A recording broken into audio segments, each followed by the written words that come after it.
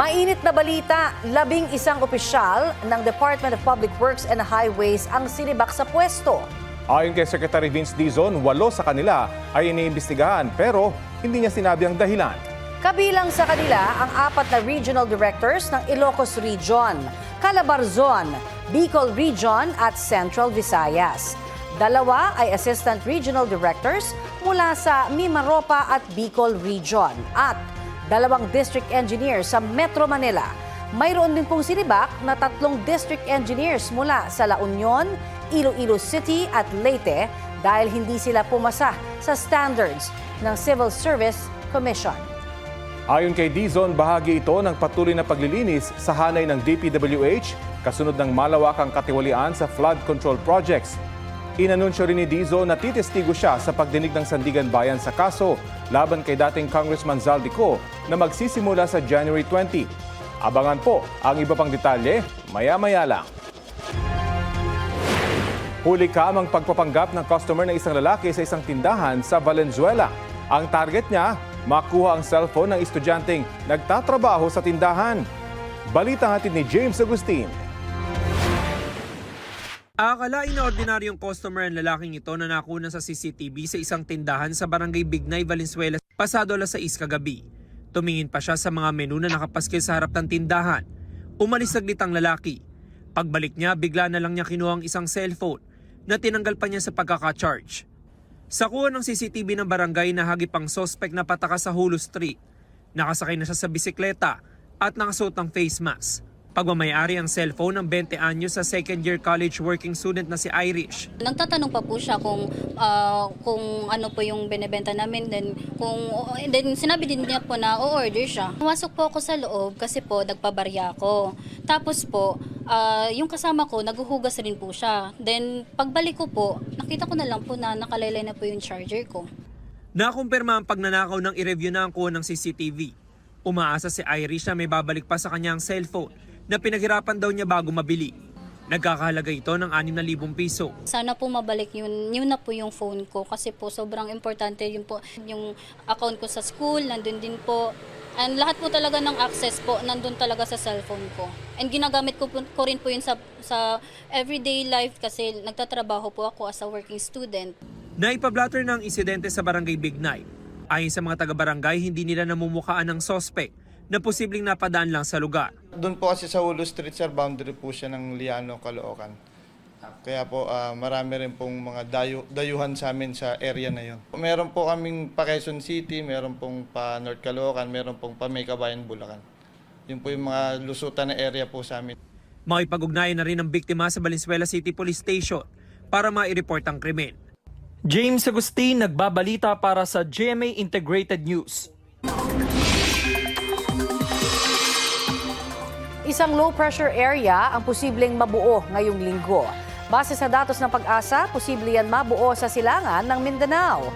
Unti-unti itong lalapit at magpapaulan sa Caraga Region at Eastern Visayas sa mga susunod na araw. At posible rin pong lumapit sa Bicol Region.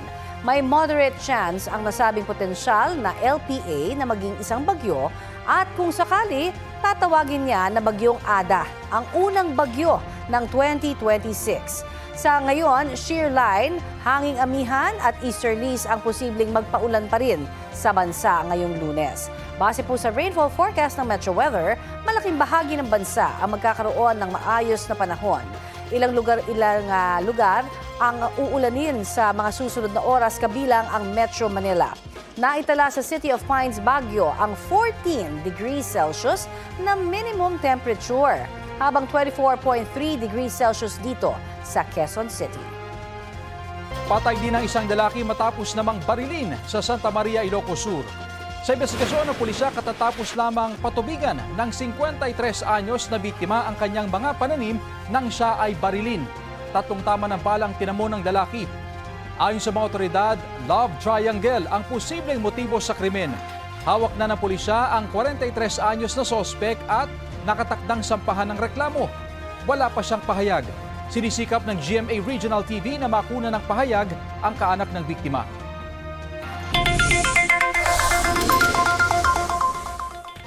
Abiso po sa mga motorista, may panibagong taas presyo sa ilang produktong petrolyo ngayong linggo. Base sa anunsyo ng ilang kumpanya ng langis, 30 centavos ang dagdag presyo sa kada litro ng gasolina. May taas presyo ring 20 centavos sa kada litro ng diesel, habang 30 centavos din ang dagdag sa kada litro ng kerosene. Unang taas presyo yan sa gasolina matapos ang rollback noong isang linggo, habang ikalawang linggong taas presyo na yan sa diesel at sa kerosene. Kita ang mabilis na patakbo ng motorsiklong yan sa kuha ng CCTV sa Barangay Mandalagan, Bacolod City nang bigla itong bumangga sa poste. Tumila po ng rider. Sinaklolohan naman siya ng ilang emergency responders. Dinala siya sa ospital pero binawian din ng buhay dahil sa mga tinamong sugat sa katawan. Ayon sa pulisya, pauwi na ang rider nang mangyari ang aksidente. Posibleng hindi raw nakontrol ng rider ang pagmamaneho kaya bumangga siya sa poste. Sabi ng ilang residente, accident-prone ang lugar. Pinalagan ni Senador Ping Lacson ang mga pahayag ni Senadora Amy Marcos. Tulad ng pagkakaroon pa rin umano ng pork barrel sa 2026 budget at pagbabawal umano sa mga senador na questionin ang ilang matataas na opisyal sa mga pagdinig ng Senate Blue Ribbon Committee kaugnay sa mga questionableng flood control project.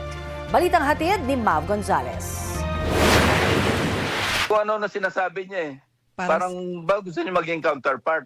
Ayaw namin magkaroon ng miyaw-miyaw sa Senate pero parang mayroong gusto mag-apply. Bumuwelta si Senate President Pro Tempore Ping Lacson sa pahayag ni Senadora Amy Marcos na pinagbabawalan umano silang banggitin ang matataas na opisyal sa mga pagdinig ng Senate Blue Ribbon Committee na pinamumunuan ni Lacson. Sabi ni Marcos, pinuputol daw ang oras nila kapag mababanggit sina dating House Speaker Martin Romualdez at mas matataas na opisyal sa ehekutibo. Unfair sa amin yun. Napaka-irresponsible, baseless at saka untruthful, kasinungalingan. Never ko siyang kinausap para sabihin sa kanya, huwag kang magbanggit kay Speaker Romualdez, huwag kang magbanggit ng maski kaninong tao. Unang-una, hindi nga siya nag-a-attend Anong sasabihin niya na pinagbabawalan sila? Kung may mga ebidensya raw na gustong ilabas ang senadora, tiniyak ni Lacson na bibigyan daw siya ng oras. Pero kailangan muna niyang dumalo sa pagdinig. Pumalag din si Lacson sa alegasyon ng senadora na may anyay giniling na pork pa rin sa 2026 national budget. Member siya ng BICAM. Ba't hindi niya nilabas doon? Bakit ngayon niya nilalabas nung napirmahan na yung budget? Yung baka nire-refer niya yung mga AIX, AKAP, TUPAD, MAIFIP. Siya nga noong last year, lagi siyang present sa distribution Pag wala ka moral ascendancy, huwag ka na magsalita, huwag kang pumuna. Kasi babalik sa iyo 'yon. Ang ganitong anyay pag-epal ng mga politiko sa pamimigay ng ayuda ang dahilan ng inilagay nilang special provision sa budget na tahasang nagbabawal nito. Hindi rin alam ni Lacson ang sinasabi ng senadora na baka magamit ang pondo para itulak ang impeachment ni Vice President Sara Duterte. Hindi ko masasagot 'yon kasi hindi nangyayari sa Senate 'yun Sa Congress, narinig natin 'yan, yung unang impeachment, 'di ba? Meron talagang mga naipamudmud noon. Yun ang report na nagaling din sa House kasi yan din ang sinabi ni Congressman Toby Tiangco saka sina Congressman Erice. Kung meron silang pamamaraan na ganun doon, sino naman kami para pumunta sa House at questionin sila? Napaka-unparliamentary naman noon. Inilahad din ni Lacson na may 2.5 billion pesos na allocable si Senadora Marcos sa 2025 National Expenditure Program. Base raw yan sa natanggap niyang mga dokumento mula sa kampo ni yumaong DPWH Undersecretary Maria Catalina Cabral.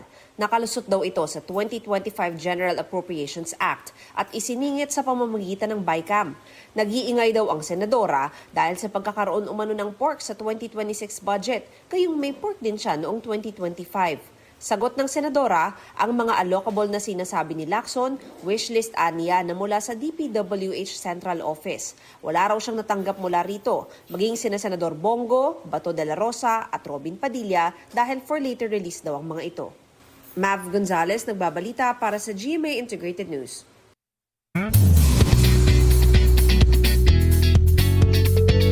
Happy Monday mga mare at pare! Looking forward for a fresh start at more projects this 2026 ang kapuso couple na sina Julian San Jose at River Cruz.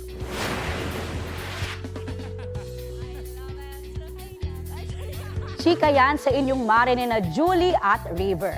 Happy sila na muli silang nag-perform sa All Out Sundays kung saan regular silang napapanood every Sunday. Isinere nila na may exciting twist sa Ayos Barkada. Magkakaroon na raw ng 2 teams at ang goal, mabigyan ng spotlight ang bawat artists. Excited na rin sina Julie at Raver sa upcoming teen edition ng The Clash, kung saan sa past regular seasons nito, nagsilbi silang Clash Masters. Full support din sila sa isa't isa para sa kanilang target na makapag-release ng single. Isa pa sa nilook forward nila ang first out of the country trip nila this year sa Abu Dhabi para manood ng concert.